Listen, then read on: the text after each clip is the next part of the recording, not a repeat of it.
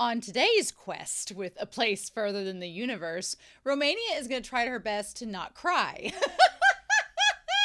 don't know how successful it's going to be because we're on the penultimate episode of the season, but we're going to do our best. So we are on episode 12 of A Place Further Than the Universe. And yeah, these last 4 episodes have just been like tear-jerk inducing after tear-jerk inducing. And I've done my best to hold it together, but dang it, it's been difficult. And the last 2 episodes, we've had Hinata and Yuzuki focused. So, we've only got 2 episodes left and 2 girls. So I think if we were going to focus on anybody next, it would be Shirase, because Kamari is the girl we started with in the series. So it would make sense that we would finish with Kamari, since it was her, like, she's the protagonist, technically. So that's what I think is going to happen. Now, whether that happens or not, I could be very wrong. Because I thought they were going to, I wasn't sure if they're going to get to Hinata last week or not, and then they did. So we'll see. But in any case, I do have a couple comments I want to get to before we start. The Sledgehammer 205 for episode 9 said, as promised, the Japan Maritime Self-Defense Force, or JMSDF, allowed the production crew to depict the real icebreaker, the Shirase, under the pretext of the private expedition getting the old ship, but needed to accurately depict the life of an expedition crew member and the ship itself. And then they sent a video highlighting the attention to detail the animators did in honoring that request. I'm all for this stuff. I think the video is really interesting. It's over. It's in the comments on YouTube. If y'all want to go check those out for episode 9, it's in the comments there. But I think that is fascinating because, yeah, it's really cool when artists and production crews use real life historical things and try to accurately depict them as close as possible. I think back to James Cameron doing Titanic and trying to make it as accurate as it could possibly be. I think that's really cool. So I appreciated that. They also said you have to appreciate the direction where even the way that the crew member presses buttons on a console is animated accurately, which adds to the extra level of human realism to the story, which is really cool. Also, they said, by the way, sensei, and I was like, I'm off duty. I'm an off-duty sensei right now. But they said the ship sails the Indian Ocean, which borders the west coast of Australia down to the Antarctic. The South Atlantic Ocean, although vast, does not go past the southern tip of Africa. Have I told you all geography is my worst subject? As soon as they said Indian Ocean, I was like, yeah, that checks out. Curse this American education. No, I just was never good at geography. Geography was my worst subject in school. I still did fine enough, but I was like, who needs to know where things are on a map? And cut to 20 years later where Romania is like, I should have paid more attention in geography, but I appreciate that. So thank you. And then Zikutar the Immortal for episode 10 says, another wonderful episode of a show that's definitely 100% about going to Antarctica and nothing else. They said, one thing I'm sure you've noticed during the OP is the classroom. Kamari is sitting there contemplating the gravitas of the situation. She still adds her own quirky self to the scene by sporting a pencil on her lip like a mustache. Of course, it falls off when she gets distracted. As a male, I've always appreciated stories that have dealt with the bonds of friendship being stronger than any challenge. And I've often been disappointed with the lack of deep female friendship stories. I've seen so many male friendship and bromance stories. Most female friendship stories I've seen are either super young, or they have already established and are rarely brought up, or they're practically rivals. Have you seen magical girl shows? Although, I feel like, yeah, it says, I love how this show explores different views of friendship, from casual and free to the loyal and ends of the earth. I would argue that there are some female friendship shows out there. The thing is, most of them are either Yuri, or they are like magical girl series like Puella Magi Madoka Magica is probably the most recent that I've watched. Or I was thinking of, you could look at Sailor Moon as a really good example of female friendships. But I'm thinking of more like magical girl battle series, or kind of the ones where you actually see that, kind of like shonen sort of things with girls as the protagonists. But I get what you're saying. We get lots of coming of age stories, and they listed more examples in their comment that were like male, akin to like young men growing up. And I think of like Stand By Me. That's a really good one. There's a lot of series from the 80s and 90s that are about like young boys growing up and kind of coming of age, but it's rare that you get like an all female ensemble doing the same thing. So I think that's what you were meaning, and I definitely get that. It's a nice change of pace with this one, and there's no magical elements, so that makes it even better. But yeah, I'm super excited, y'all. It's a penultimate episode. I can't believe we only have this episode next week left, which is wild to me. But over on Patreon, by the time you all see this, we will have already decided the series replacing this one, and I'll talk about that one in the July update video. So you'll have to go, or the August update video. Go to my channel, go to the August update video. It'll be posted by the end of July, and you'll see it there. So, yay. But anyway, we're not going to waste any more time. Thank you all so much for commenting and watching. I really enjoy reading everybody's comments. They're a lot of fun. But we're going to get started with episode 12 of A Place Further Than the Universe. And we're going to do that here in 3, 2, 1. And I'll see you all on the other side.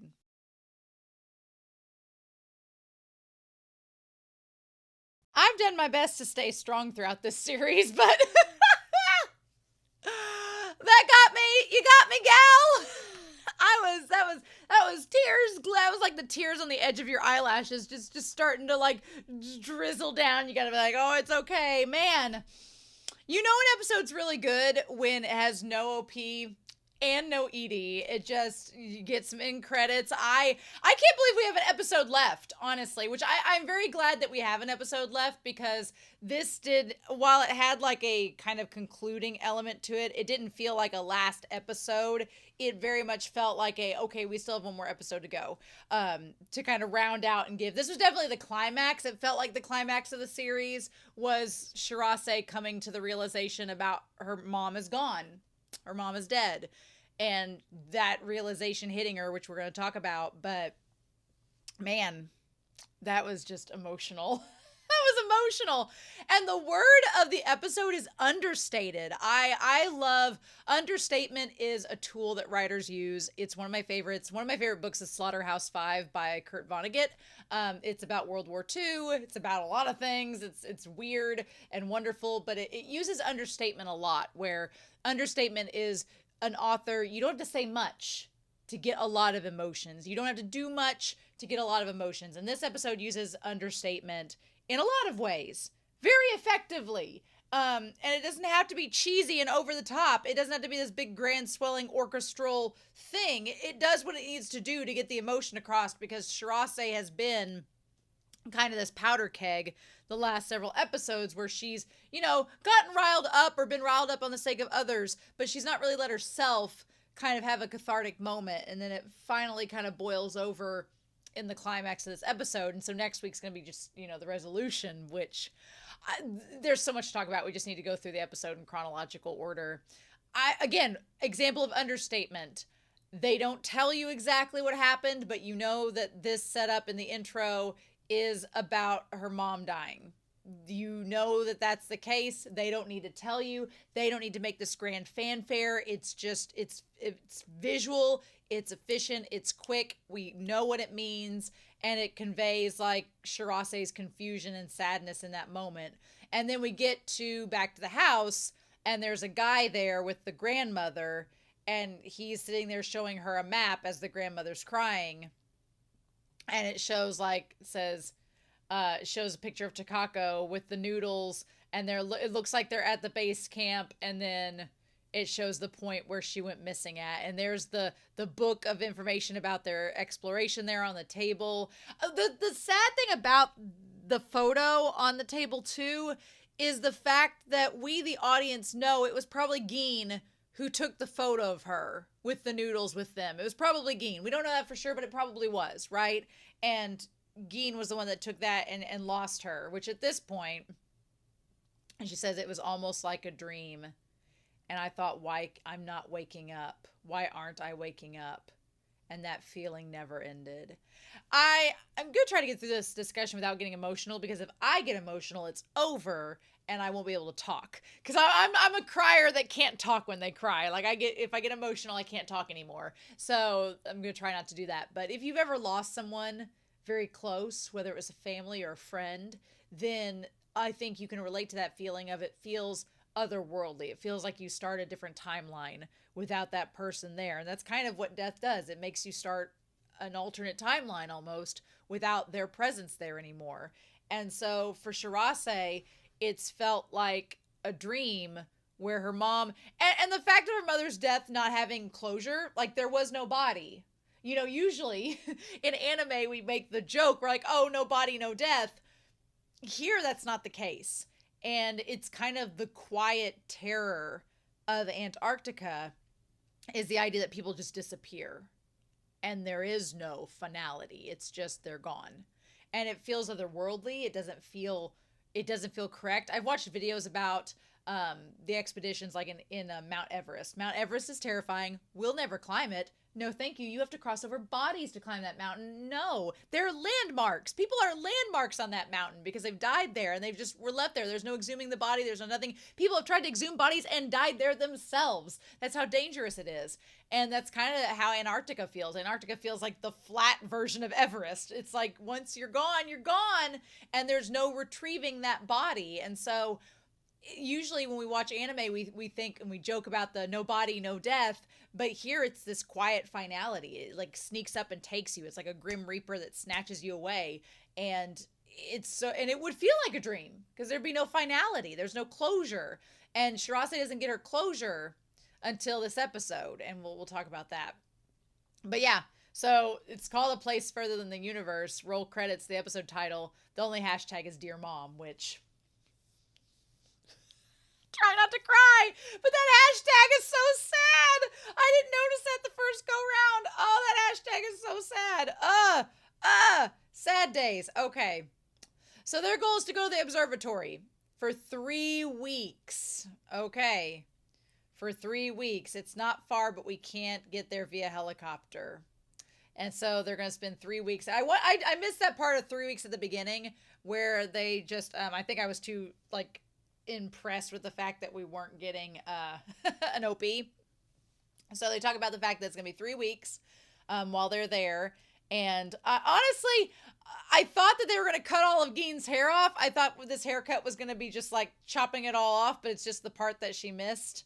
And she's like, going in the snowcat is not particularly fun. We have to avoid crevices and other dangerous places as we go. We'll be going one way and then we'll have to alter the course a bit. And then she chops that one part of her hair off. And she's like, I totally meant to do that. You're the one complaining about how annoyingly long your hair is, aren't you? It's better than when Takako used to cut it. And then the moment they mention the mom, that's when she's like, are you coming too?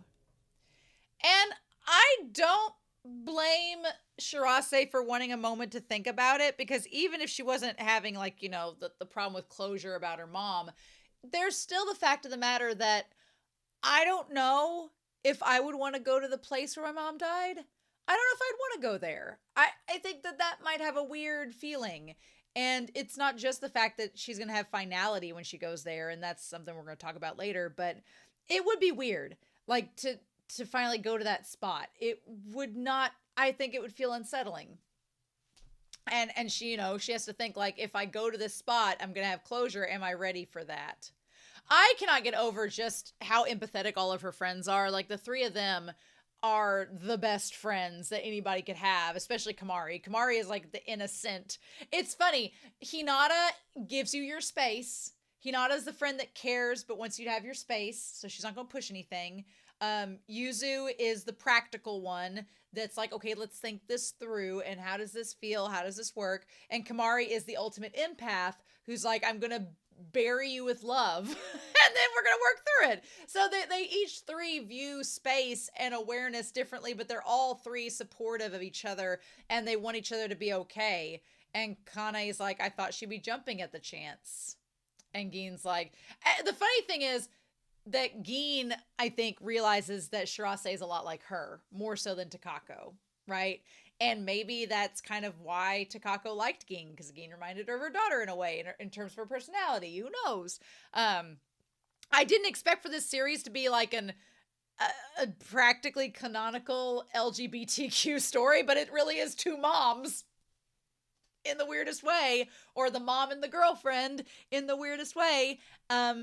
And that's just how it is. And I think everybody in the series kind of knows and thinks that. It's just not, again, understatement. We don't have to say it. It's pretty much spelled out right in front of us, right? And I could see why Geen, because unfortunately, for reasons either unbeknownst or unbelievable, we can't accept that these two women, it's okay for them to love each other. But I could understand, because of those reasons, why Geen didn't hang around the family while all this was going on, because, on top of their daughter dying, did they want to have that whole discussion? You can say what you want. It's not really stated, so the audience is left to interpret however they want to. But I think Geen understands that Shirase is a lot like her, so she can kind of get where she's coming from. So a hole in the ozone layer was discovered during an expedition here, which is lovely. # global warming. And they were the first two in the world to report it. And so they released weather balloons twice a day. All over the world. Yeah, the person I know that was in NASA, they went on an expedition in Antarctica, and one of the things they had to do was something involving weather balloons, because I remember they posted that they released a bunch of weather balloons, which was interesting. I think they were red, though, so I don't know what that means.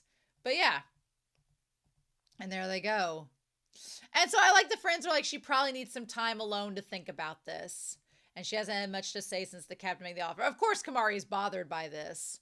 But in the same vein, I like that they give her space, because that shows that they trust her.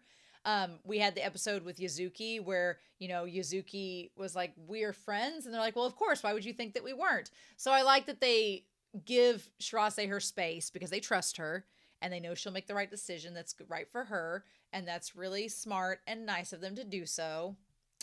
And then we go back and see the man saying, this is the point where we lost communication. And she's sitting there on her phone with the email that says, Dear Mom, pulled up. The fact that we, the audience, were led to believe, and some of you may have figured it out long ago, and I wondered too, earlier on, I was like, did she send multiple emails? But it was never really said. So as far as we, the audience, were concerned, they let you believe that she's only been holding on to this one email, waiting to send it. But way back several episodes ago, she was sending pictures. She had attachment of pictures. And I was like, well, maybe she just started sending photos to her mom now that she's made friends and started this trip. So I had in my mind, oh, she's been sending a couple random emails to her mom since she met Kamari and all them. She finally gained the courage to talk to her mom and send those messages. She's been sending her mom messages probably nearly every day for the past 3 years. And they never got to her email until they got the laptop, which we'll talk about in a bit. But I was blown away by that. I was like, oh my God, that was a twist that's been happening this whole time. So I like that the Toshio and them where Kamari's like, here guys, have some beer. And they're like, oh hell yeah, we'll take the beer. Which honestly, if you think about it, they're out in the cold like that. They're probably burning through a lot of calories working out in the freezing temperatures. Carbs, there's a lot of beer that have carbs, or there's a lot of carbs in beer rather. So it probably makes sense that they're drinking more beer, because they're like, they need the carbs. And the calories getting burned on top of that, right? And then she's like, what's the matter? I like that Kamari, kind of tries to beat around the bush. She doesn't want to make Shirase feel uncomfortable, but she also wants Shirase to know that she's there for her and that she's, supporting her. And she's trying to broach the subject without making Shirase feel awkward. And poor Kamari, she's really trying. And she's like, what is it? And she's like, how to put it. What now? I like Kamari's immediately like, she's like, I don't want you to not go. Kamari's so sweet. She tries so hard. She's such a good friend. So then we have the farewell dinner. So the farewell barbecue party. There's the team of all them. that's like, there'll be beer too. Meat, meat, meat, veggies, eat them, and meat. And so they're like, eat all outside in the snow, before you go on your mission. I found it pretty awesome that we did the scene where we got the reveal about the mom and Shirase's feelings while they're cutting onions for a number of reasons. I mean, one, the onions connecting to them crying, but also because onions are notoriously, think of Shrek, you're like, onions have layers. They have layers. And so it's like we're peeling back not only these onions, but we're peeling back the layers of these characters, specifically Shirase, and we're peeling back to get to the root of her and her mom and her coming here and why it's been so weird for her. So, and it's understandable for her to feel normal if you're someone that is trying to avoid grieving or you're trying to manage that grief or control it, then trying to distract yourself or push off those emotions, that's a natural human coping mechanism, right? And she's like, I thought that I would think these are the same sights that my mother saw. And my mother was so moved by these sights. And this place is wonderful. No wonder she wanted to come here. But it's also natural when she says, that's not what I ended up thinking. I was like, oh, this just looks like the pictures. And that's so good to note because the fact that Shirase is not her mom, she's not, is important because, we're not our parents. We're not our siblings. We are our own people. And so her kind of being like, I wasn't moved like I thought I would be is okay. And I think she was worried. She's like, is this not okay? Should I be feeling differently? And she's like, does that mean I deserve to be here because I'm not feeling how I think I should feel? And the whole in your face thing I thought was referring to the people that doubted her and said she wouldn't make it. I thought that that's what that was referring to. And then Kamari's like, but you came here because your mother was waiting, didn't you? You wanted to come to the same place your mother was, right? That's why you asked Kane over and over again. You took all those jobs. You worked so hard to get here. You said it was because your mother was waiting for you here. And I like that Kamari gets really worked up about it. And then the other two are like, don't push her, let's let her have her space. You're starting to get a little invasive. But then Shirase is like, I did do that. But when I've come this far, now if I go to that spot where she's at and I don't feel any different, then what? What do I do? If nothing changes, am I always going to feel numb? And she doesn't come out and say it that way, but essentially she's like, I've felt numb the last 3 years, and this quest to go see her, to go to the place she was at, to give me some encouragement, some motivation, some reason to keep going. Once I get to that spot, where do I go to from there? And even worse, what if I still feel numb? Then I have nothing to hold on to. I mean, she could keep going back to Antarctica. She could keep going back with the expedition crew. There's no reason why she couldn't, but she's not at that point yet to figure that out. She's, on the verge of having a mental breakdown. And so those are all really valid questions to be asking. And Kamari's like, and the girls, they don't really have an answer because they don't know what she's going through. They don't know how to compare that. So they don't really have an answer to her question. So I like the barbecue that they have out there. And she's like, I'd like to talk 30 minutes about the civilian research projects. And everybody's like, really? They're like, we're freezing.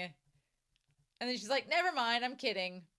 I just have some simple words to say. And then I love Toto saying, let's go, which that whiskey warm you up. That whiskey on the rocks, that'll warm you up. So I like the idea that they're like, if you don't eat this food quickly, it's going to go cold and it's not going to taste as good. So you got to hurry up and eat it. And then they have the marshmallows as well. I liked the one woman asking about Shirase, the cook. And they're like, they said that she's maybe not going to go. This ship is gossipy, And she's like, are you going to go speak to her? And I love what they say in response. I like Hinata's, sometimes the best action is inaction. And they're like, you're just spouting nonsense. But I do think that she's right. And like sometimes, depending on the person, it is best to let them have their space and work through it. And then when they're ready, you can come to them.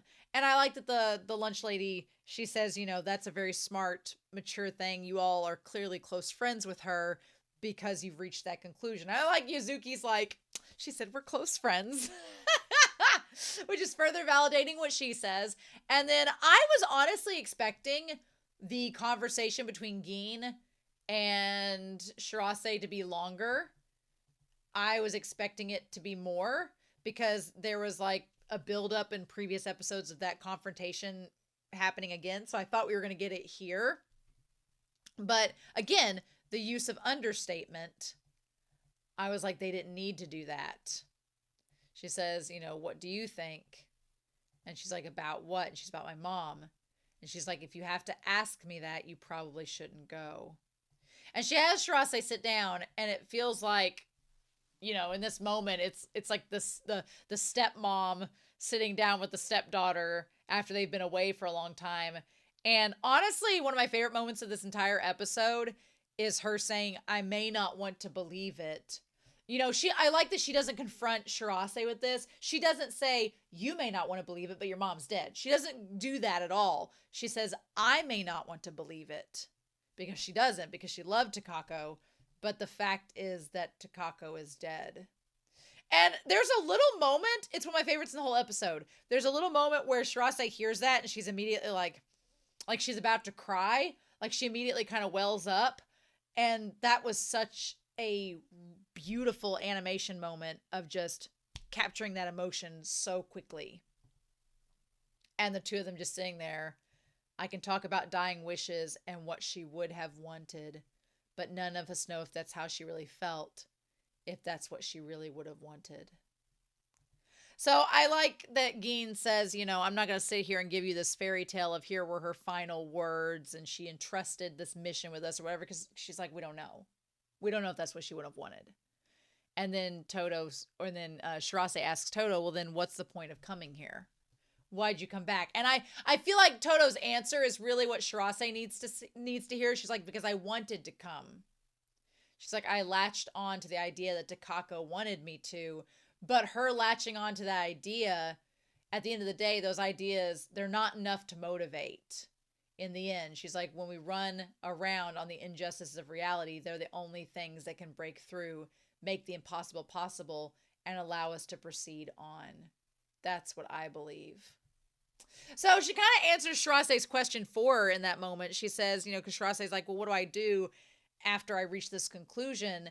And I know if I have closure or not with my mom. And Geen kind of gives her an answer and says, well, I want to come now. Originally, I wanted to pursue this because I was following what I thought Takako wanted, but that can only go so far. In the end, I have to want to do this for myself just as much as I want to do it for Takako in order for it to be legit and work out.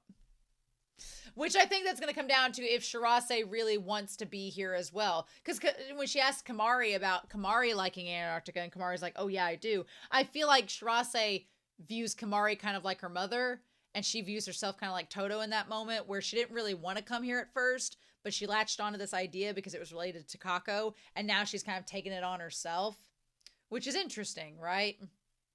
She's like, you're saying I shouldn't leave it to anyone else. She's like, that's right. But that's how you've always done things, isn't it? The scene where she counts the money comes right after that. And that scene where she's just laying it out and she's saying like all the different things she's done to get to that point.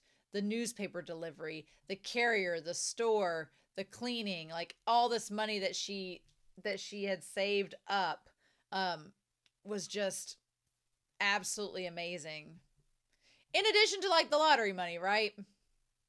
So they cut back to the trip inland banner, which is super cute. I love that. I love Kane and I love Yuzuki. I like that on either side is Geen and Shirase on either side of the crew. Mm-hmm. You could also say that Kane and Kamari are similar. You could also say that, but I think that Kamari is much more like Takako. I think in her personality.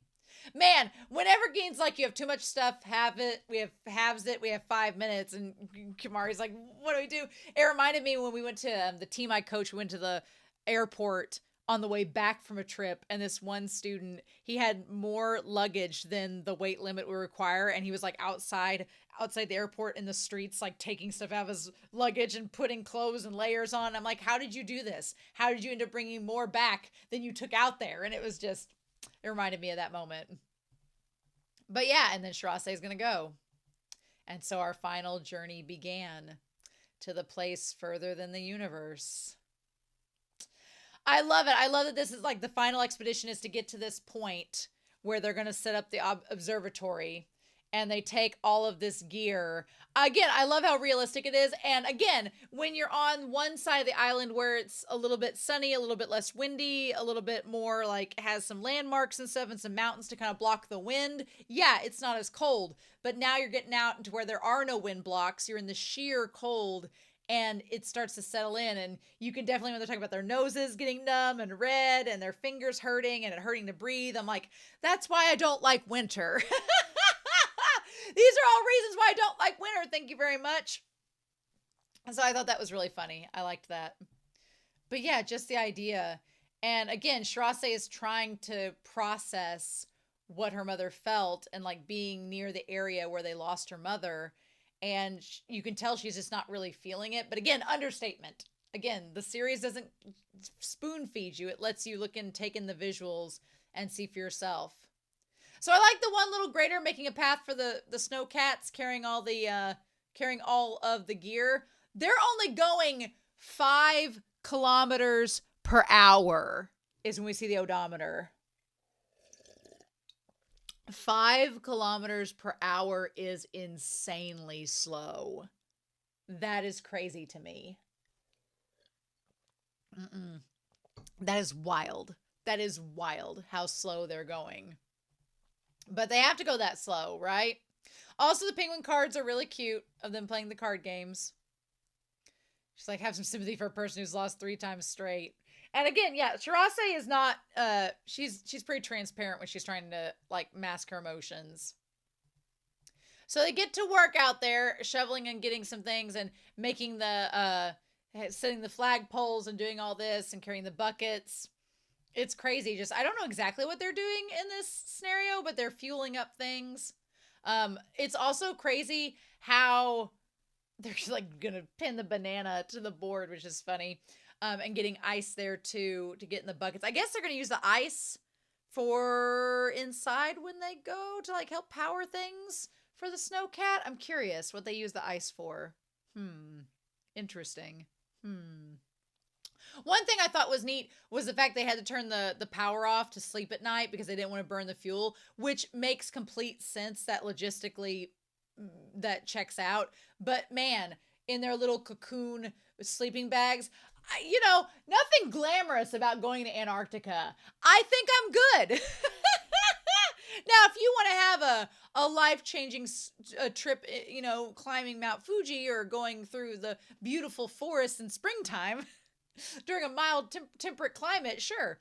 But I don't know if I have the ability to go to Antarctica. I don't know.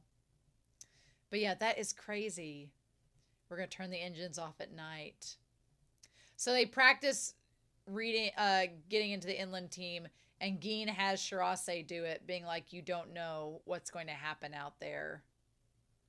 That was so ominous, saying it's going to get windy. So when moving between cars, make sure to use this rope. Okay, don't assume you'll be fine just because it's a few meters. So the question is, that's a good point. The blizzard would get you caught up instantly and you'd get lost and wouldn't be able to find your way back. And then you'd freeze to death out in the cold, which is insane. And they talked about there being crevices. And those crevices, if you think about it, like how many 100 feet down could those crevices be in an iceberg? So if Takako, like, not to be morbid or anything, but if she were walking around and slip and fell in a crevice in the blizzard and couldn't climb out, that's it. You're done. And they wouldn't probably be able to find you. That's terrifying. That's terrifying, to be honest, because the snowcats can go over it, but that's the most terrifying thing in the world. And the idea of getting untethered from the ropes, that's terrifying. Nope. So yeah, If you end up out in the blizzard, you'll never make it back. And the whole time Shirase knows that that's how her mom died, or at least that's how she thinks. So then they have the sun pillar, which is gorgeous. And she said, did my mother see this too? She's like, yes, she did. You could say she gazed at it as she slept there. That's it's deep.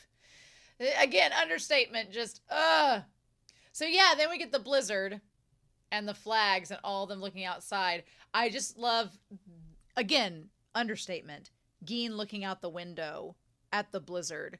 Like, Geen's character, there's so much underlying guilt and survivor's guilt and sadness and blame, and her looking out into the snow knowing that Takako was lost out and something like that. Whenever they say blizzard, all I can think of is Pokemon. Is that sad? Probably. So then Shirase goes up and asks Geen, being like, is this like it, the one where my mother went missing? And you can tell Geen doesn't really want to talk about it because, you know, she's probably worried about what Shirase was going to say. And she says, we think she left something at the inland station. Or maybe she slipped. And then you see the tether, and the tether it's been taken off from the flag. So if she was using the tether and it came undone, and then she, in a blizzard with the wind and the snow, once that tether's undone, you can't find your way back.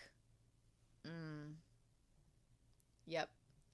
And then, yeah, we see they're like, Takako. We don't see, and you don't see it there. So it looks like there's a station there, and there's a little sign there. So I'm guessing, here's the scary part. Did she go back to get the laptop? Because her laptop with all of her data and everything was there. I was surprised that Geen and them didn't go back and get the laptop. I'm surprised that Geen and them did not go back and get that laptop. But then again, did Geen and them not even think about the idea of her leaving her laptop there? And they had to leave the mission, so suddenly after that, they may not have had time to go back and research where the site was. So that kind of makes sense. But I think that they were traveling back to the Snowcat, and I think that Takako untethered herself, and she's like, oh crap, I forgot my laptop back at the base. I'm gonna run back and go get it. I'll be right back. And on the way there, the blizzard could have came through. She might not have been able to find her way back after that. She might have slipped and fell down a crevice and couldn't get her way back. That's very likely. I don't want Shirase to ever feel like it's her fault that the laptop caused her mom's death. I don't want her to think that, but... And then her saying it's beautiful. It's so beautiful. I wonder if she'd slipped and fell through a crevice and could see the northern lights or something like that, or see the blizzard. I don't know. But I like Kamari waking up and asking if she's okay, if Shirase's okay, and Shirase imagining her mom sitting there on her laptop while Geen talks to her. Probably what she's imagining is probably a scene that she's actually seen happen at her house before. She's just imagining it here in the Snowcat. I also, in this moment where Kamari talks to Shirase, I feel like, because right before that conversation between the two of them, Shirase was imagining her mom talking to Geen. And so I wonder if the relationship between her mom and Geen, she sees in herself and Kamari. I wonder if she sees like a similarity there, because Kamari does seem very similar to Takako in loving Antarctica. But I love that Kamari says, the reason why I'm able to love it so much here is because I'm with you all. If I didn't have you all here, I wouldn't love it to this extent, or have the same experience. So she's like, she thanks Shirase, saying it's because of you bringing me here and being with me that I'm able to have this experience. And I love that, because Shirase has been worried about, what was the point of coming here? What was the point of coming here if I don't get closure about my mom? What do I do from here? Was this worth it? Because I think one of the things Shirase's worried about is, what if I spend all these years getting all this money saved up and pestering all these people to help get me out here, and then I get nothing from it, and I'm still in the same place I was before. And the conversation between her and Kamari lets her know that, okay, there was a reason I came out here. And even if I don't get anything from it, because of me coming out here, I've helped these others come with me, and they're going to be changed, even if I'm not. And I think that means a lot to Shirase. It helps justify why she came. And so then she says, "Dear Mom," and she has the monologue, which I thought it was her finally emailing her mom. Little do we know she's been doing that like 1,000 times over the last 3 years. But her saying, "I've made friends," and saying, "I, who thought I'd be fine by myself forever, now have friends." I love the cup of ramen that's frozen. I think that's so cool. Like, they clearly did that on purpose to see what happened, and that's wild, and also shows how cold it is there. But the idea, again, of her thinking she'd be alone forever, and she has these friends. And then them also, like, picking the ice off the snow cat is wild. Wild! The realism, that's crazy. They're all a little weird. So they were using the banana as a hammer. That's funny, a banana hammer. Okay, I was trying to figure out, I'm like, what's the point of the banana and sticking the nail through it? They were literally making a banana hammer. That's something teenage girls would do. And then them riding a bike out there, that's cute. Yeah, in the snow, and they're like, hold on. Oh, they're trying to exercise. "I have friends who are willing to travel to Antarctica with me." Yep. Okay, and then playing like on the little 3-string banjo sitting up top above the snowcat. Like, these are all so cute. This little montage. We fought, we cried, we had problems. I love it. But they were willing to travel this far with me. Aww. And I love that Shirase, at first, they get Shirase to sing along with her. That's super cute. Them getting her to sing along. "To this place where you were. I was able to come this far because of them." I love that. That's so beautiful. Oh. And then she says, "Mom, what can you see from where you are? Will I be able to see the same sights that you saw?" Oof. "I'm going to be there soon." Yeah, so the sight to the place where you are. Just the station and everything. I almost cried when she talked about how her friends were broken, but they were all together. Like, that nearly took me out. I was like, nope, no, we're not even to the end of the episode. Don't you dare. So they get to this site where they want to do the observatory. The challenge for the Antarctic first team observatory site.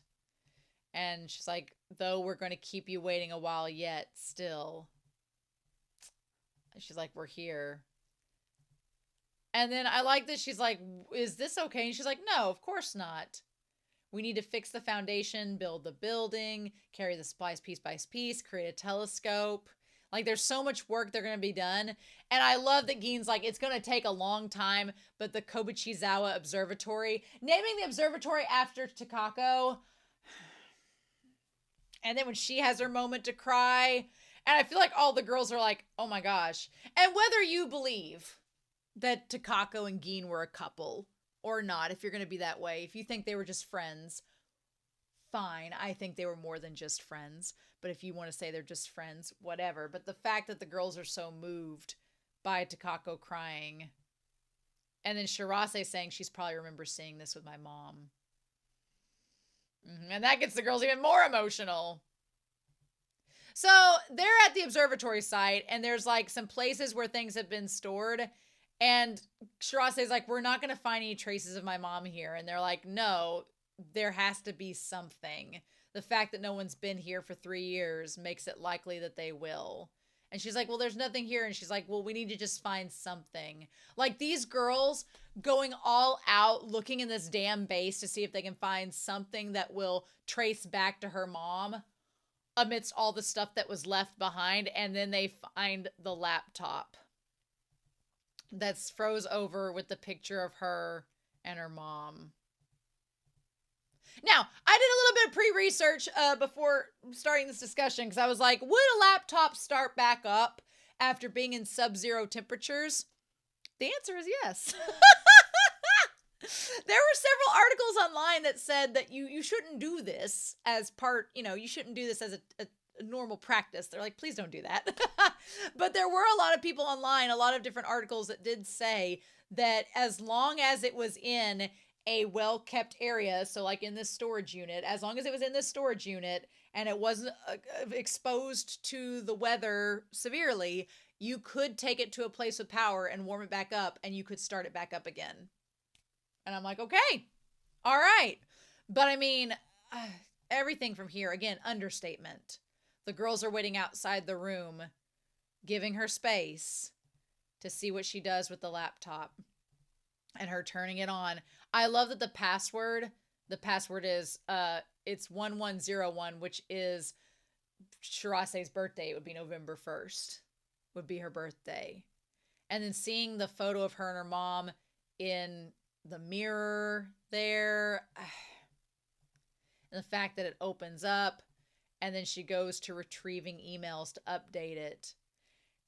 And the thing is, like, we don't get to see what the email was before the last one she opened, but then we start to see the Dear Mom with the attachment and everything. And in that moment, when you start to realize how many emails Shirase sent to her, this moment is the one that got me, was the fact that she finally got to the place where her mother had been. Whether they're in the spot where she died or not, this is where she caught up to her mom. Her mom had been communicating with her on the laptop. That had all her data in it. This is the last thing that represents her. And Shirase finally gets all of those emails to reach her mom. The words she's been sending her mom for the last 3 years have finally reached her. And it's so sad in a way because they're all in red. Her mom isn't there to open them and see them. And so the dream is over, and it's the reality that her mother is dead and she's not going to open those letters up. And that's so sad. It's so sad. And it's just, she has to face the reality. All these years she's been sending these emails and they've been going off into the nether sphere. And she, doesn't have access to her mom's account, so she couldn't open up her mom's email before. But here, I'd imagine, on my personal computer, I kind of have my email automatically saved that I open. I know that's not the secure thing to do, but it is just, it automatically opens up. So on her mom's computer, like, now she can't, there's no illusion anymore of the letters going off to her mom wherever into the nether sphere. No, the reality is right in front of her. And that's when she breaks down and finally the grief hits her when she wakes up from the dream. If there is no dream, her mom is gone. And now she has to face that and move forward from it. And it's so damn sad. And it, like, the tears just come on her like a damn panic attack. Oh. And of course, all of them crying out in the corner for her. This show. And yeah, they're at that base. And then it's roll credits. Ugh. I love that we have one more episode left, because as beautiful of an ending as that is, I did not want the ending to be there. I was like, no, we need one more episode. Kamari needs to be the focus of next week, obviously. But yeah, just the understatement of this episode. This episode did not need to have a big dramatic fight between Gin and Shirase. It didn't have to have this big confrontation. It didn't have to have Shirase shouting into the night sky or anything. It was something so quiet but personal and intimate and real. It was so good. And it made me sad. Obviously, I'm very excited to hear your thoughts down below about this episode and what you all thought about this. Is just mind-blowing. So next week is going to be the season finale, the series finale, and I'm very excited to hear your thoughts about that when we get to it. But we've got one more week of A Place Further Than the Universe, and we're going to see how this series rounds up and takes us home. If it does, it may end in Antarctica and we get like an epilogue or something. I don't know. We'll just have to see. But in any case, I hope you all have a wonderful week. Please stay safe, take care, and yeah, I'll be back very soon with more of A Place Further Than the Universe. And I'll see you there.